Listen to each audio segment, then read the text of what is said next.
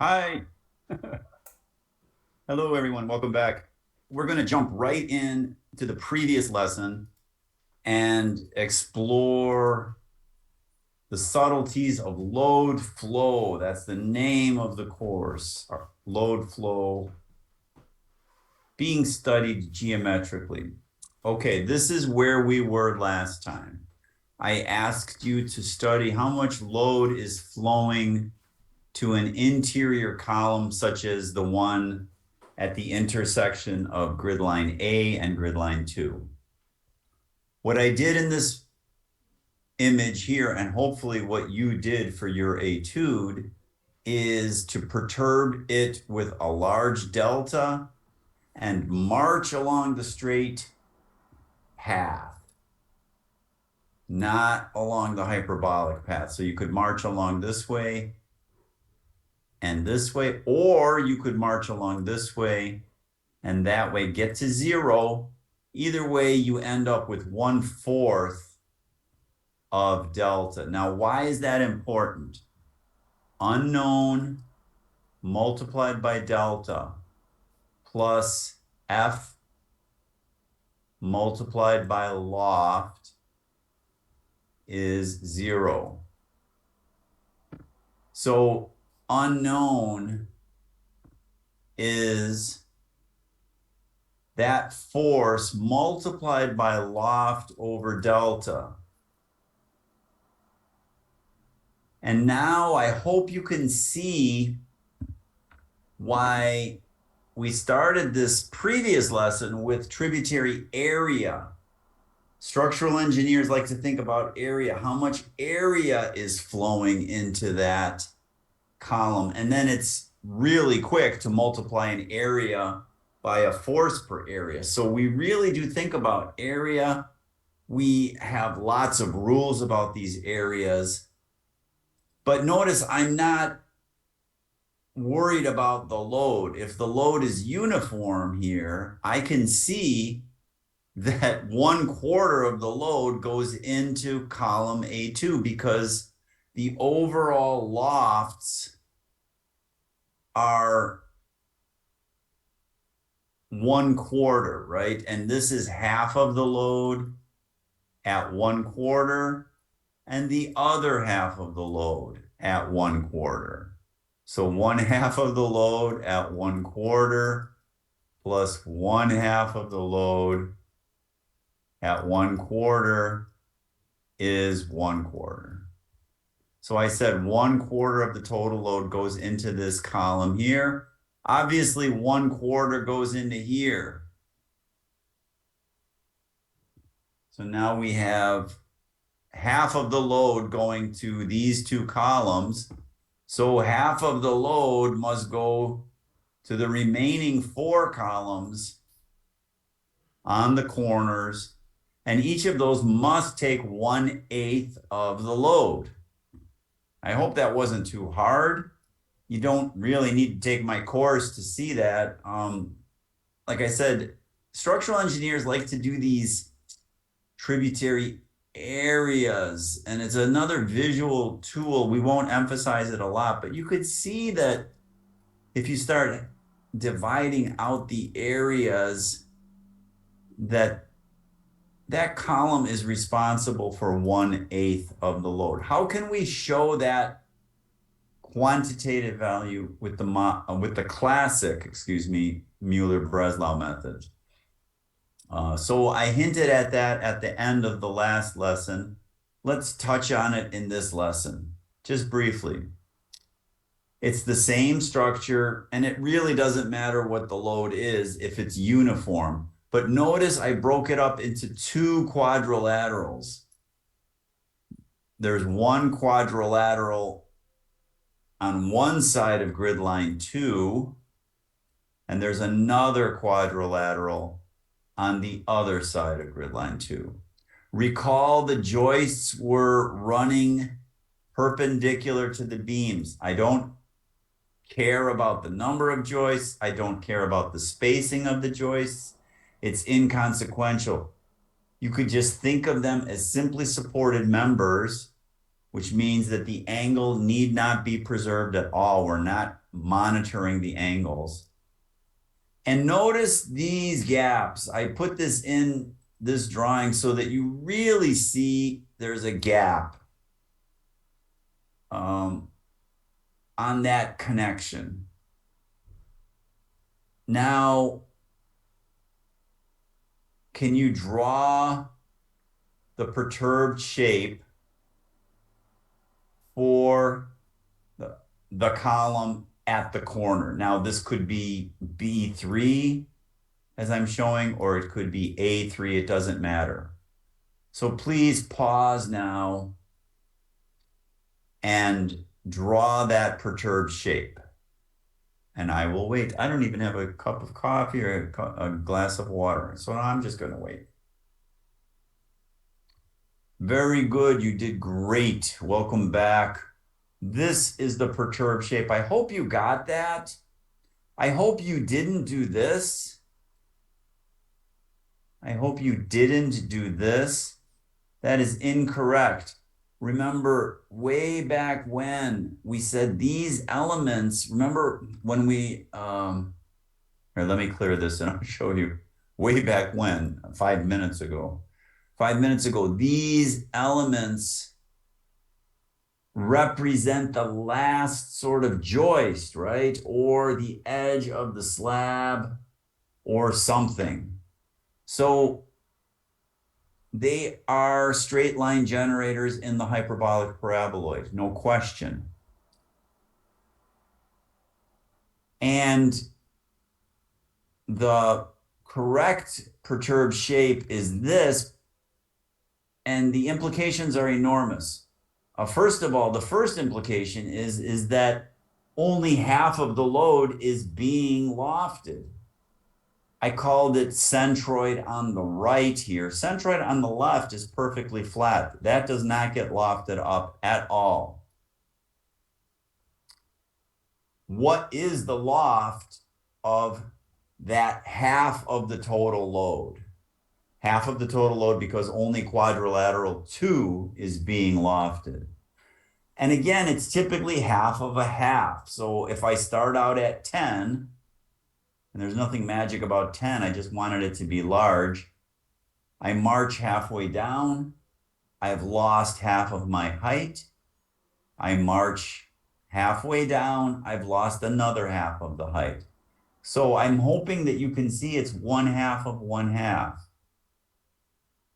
And we have half of the load at 1/2 of 1/2 of the delta. So what is the load flow? As area, start thinking about it as area, or you could think about it as a unit force per area. I think that will help. And the answer is, of course, 1/2 of 1/2 of 1/2 is 8. So we have 1/8 of the final load. I hope you like that. Ask me if something is unclear about that. Now, suppose that we wanted a small cantilever on our structure. Small. For architectural reasons, for sustainability reasons, it throws some shade on our structure. It's a nice feature, nothing wrong with the small cantilever. Notice grid line A is still there. Grid line B is 4 units of length away. Remember, it was a 24 by 24 footprint. It's still a 24 by 24 footprint, but now there's a 4 unit of length cantilever. So the roof is still 288 units of square length on either quadrilateral. And I'm asking now, what is the force in column B2, that interior column? Does that make sense? I think you should pause the video once again. And again, you don't need fancy graphics. You don't need fancy computational power. You could do this with a hand sketch on a serviette in the coffee shop. What is the perturbed shape for the axial force in B2? Or in other words, How much load flows to B2? The title of our course, how much load flows to B2? I'm pausing, and the answer, of course, is this. I did it twice here. So this is the perturbed shape. So I made it 10. It could be 1, it could be anything, but 10 was nice because it's super visible.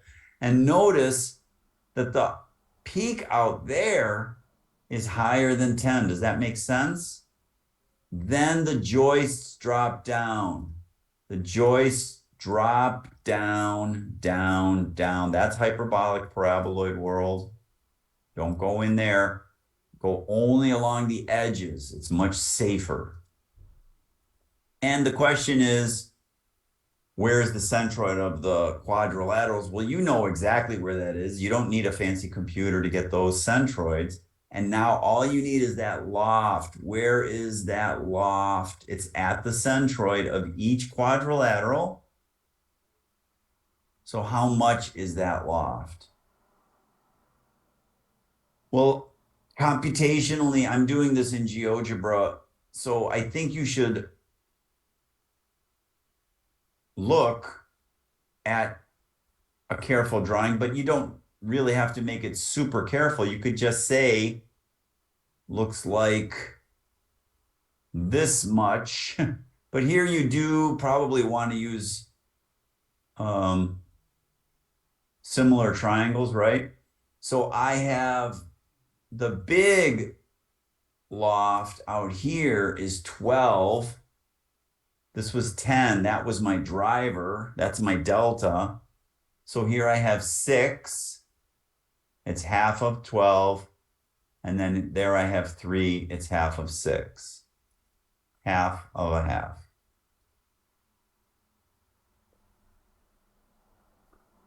Thus, we have for the delta at B2, remember, this is 3/10.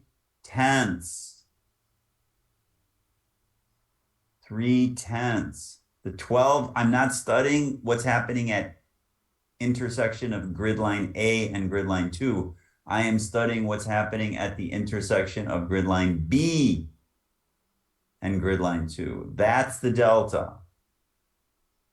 So the effect is 3/10 on one side and 3/10 on the other side. So recall that in the previous configuration, it was 25%. Remember that? It was 25%. So here's the 25%. You could see it right here on your previous lesson. Today, it's 30%, and there's a penalty. So let's think about that as designers now. What is the penalty? And the penalty is arising from the cantilever. You could physically see it in the Muller Breslau method, in the classic method, because of that 12:10 ratio. And there's nothing magic about 10. This could be 1. Remember, Heinrich always used 1. But here I made 10, so it's super visible. And now there's implications, right? What if that cantilever was bigger and bigger and bigger? Or what if one of the other columns was missing for architectural bravado or perhaps hubris? So lots to think about. So here's the summary. This was a short lesson, but I really want you to get into the details of the load flow. That's the title of the course. We always use the classic method in these floor problems. Doesn't really matter what delta is because we're dividing by delta. So what I'd like you to do is recreate the 6-column structure. You could use the same grid you used in the previous lesson, but now give me a cantilever. Don't use the geometry that I used. Use a different geometry. Apply some force per area. It could be 1 force per area, and solve for a particular column force. It doesn't really matter to me whether you do a corner or an interior, maybe do both if you're ambitious. You can do it on a computer with a mouse. You could use Rhino or Revit or AutoCAD or anything, SketchUp, or you could simply draw it with a pencil and even coarsely with a watercolor brush. All of it's good, but I want it quantitative. I don't need a lot of process slides because the process is the product in this case. We just perturb it and we see what happens. But if you have more than one column, it might be more than one image. But do give me the equation. So write that out by hand, take a picture of it, snip it all together, give me a single PDF. Looking forward to that. I think it's going to be really interesting. And I hope you're starting to gain confidence and gaining an understanding of how load flows into a structure based on the configuration of the structure. This is a really important idea. That's it for today. Good luck.